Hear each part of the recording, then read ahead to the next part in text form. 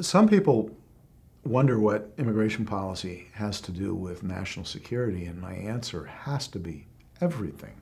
Everything. We are a very large and diverse country. We admit hundreds of thousands of people each year, both for permanent residence and even more for temporary visits, whether as tourists or as foreign students. And of course, the overwhelming number of those people are fine. But it doesn't take many people with malintent or who have connections to terrorism to fundamentally change our country. 19 people did it.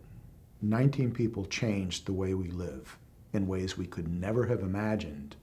It disturbs me that after all of the talk post 9/11 that we will never forget, we seem to be retrenching and forgetting. Of course, there is an aspect of immigration that's benign. But we should never let our vigilance down and believe that all immigration is benign. That's a serious mistake. It was the mistake that led us to 9/11, because there were many people who refused to believe then that the Immigration and Naturalization Service had any role, and any reasonable role to play in national security and counterterrorism efforts, and studiously avoided taking any steps to integrate the immigration system with the national security and intelligence apparatus.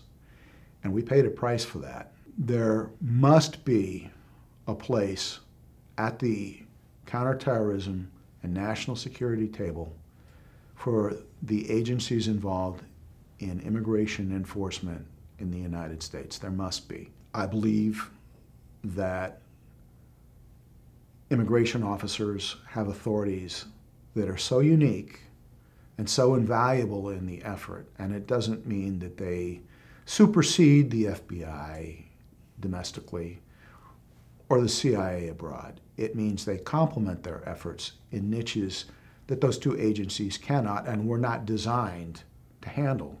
ICE officers are in a unique position that when an individual is showing all of the key indicators of being involved or being about to do something, but not enough to trigger a criminal arrest, if the individual in any way, shape, or form is out of status or susceptible to the immigration laws, immigration officers can effectively pluck that person off of the streets, take them into custody, derail whatever is going to happen, at least in the context of that individual, and get them out of the country.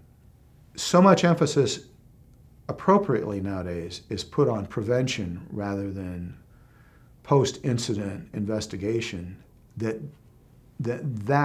seems to me a key principle that should be used whenever and wherever possible. If you can pluck them out of the United States and put them back where they came from, you're ameliorating the risk to the American public. What could be better than that?